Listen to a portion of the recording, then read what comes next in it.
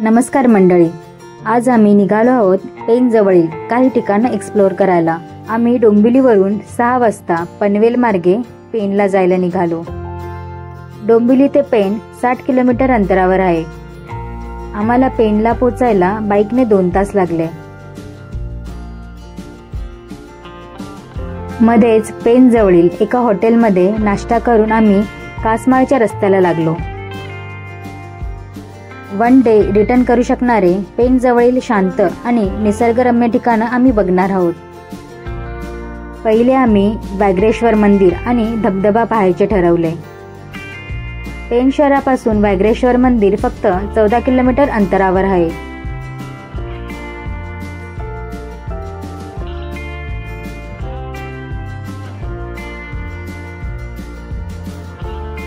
ट्रेनने पेणला पोहोचून टॅक्सीने मंदिरापर्यंत जाता येते। मस्त निसर्गरम्य दृश्य, हिरवीगार झाडे, धुके एन्जॉय करत आम्ही अर्धा तासात मंदिराजवळ पोहोचलो।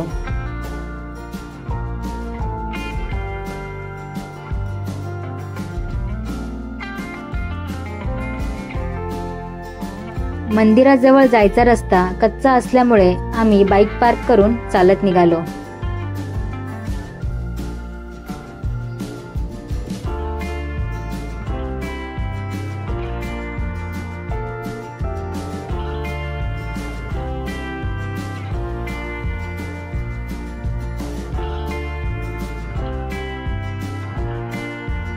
इथून पुढे 2 रस्ते लागतात। सरळ रस्ता वॉटरफॉल कडे जातो आणि उजव्या बाजूने मंदिराकडे जातो। उजव्या बाजूचा रस्ता पकडून आम्ही 2 मिनिटांमध्ये मंदिरात पोहोचलो। हे मंदिर व्याघ्रेश्वर म्हणजेच भगवान शंकराचं प्राचीन मंदिर आहे। व्याघ्र म्हणजे वाघ आणि ईश्वर म्हणजे देव असं मानलं जातं की इथे शिवाने वाघाचं रूप धारण केलं होतं, म्हणूनच हे नाव पडलं।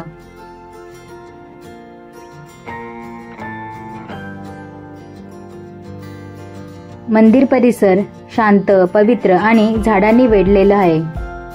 इथे आल्यावर मनाला वेगळीच शांती मिळते।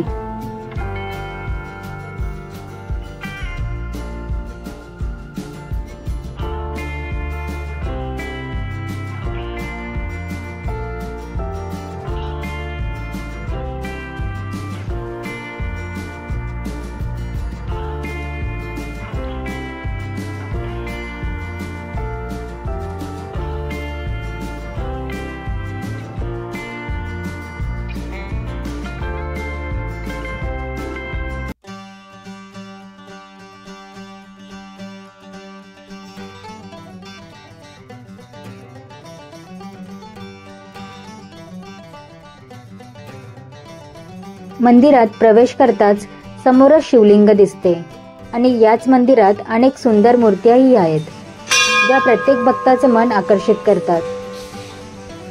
मंदिर पुरातन असून मंदिरातील वातावरण अगदी शांत आणि सकारात्मक ऊर्जा देणारं आहे।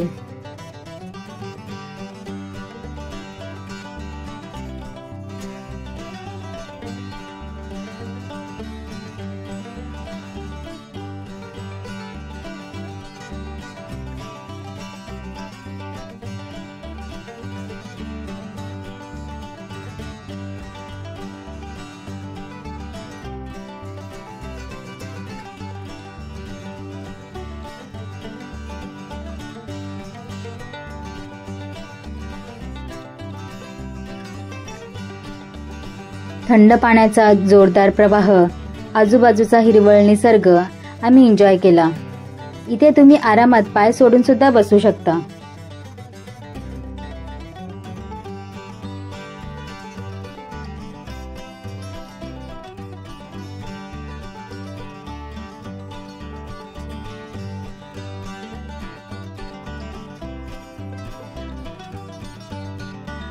वॉटरफॉल जवळ आम्ही खूप कचरा पाहिला।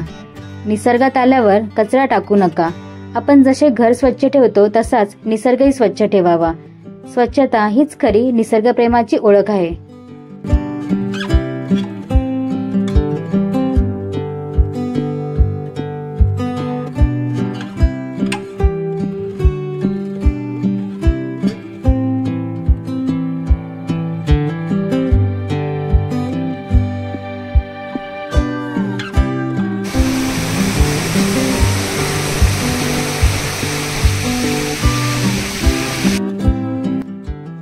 निसर्गात एकदा पाऊल टाकलं की सारा थकवा आपोआप दूर होतो. थंड वारा, पक्ष्यांचा किलबिलाट आणि निसर्गाची शांतता या साऱ्यामुळे मन प्रसन्न होतं.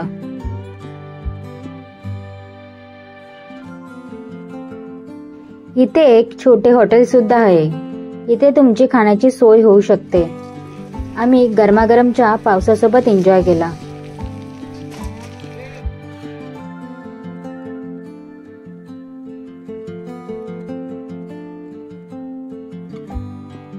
मित्रांनो, जर तुम्ही पेण परिसरात असाल तर एकदा तरी व्याघ्रेश्वर मंदिर आणि धबधबा पाहायला नक्की या. हा अनुभव तुम्हाला नक्कीच पुन्हा पुन्हा इथे यायला भाग पाडेल.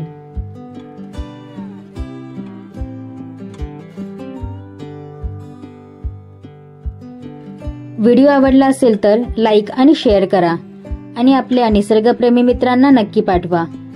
आणि पेणमधील अजून काही ठिकाणं आपण पुढच्या भागात बघणार आहोत. तर चॅनल सबस्क्राईब करायला विसरू नका. जय महाराष्ट्र.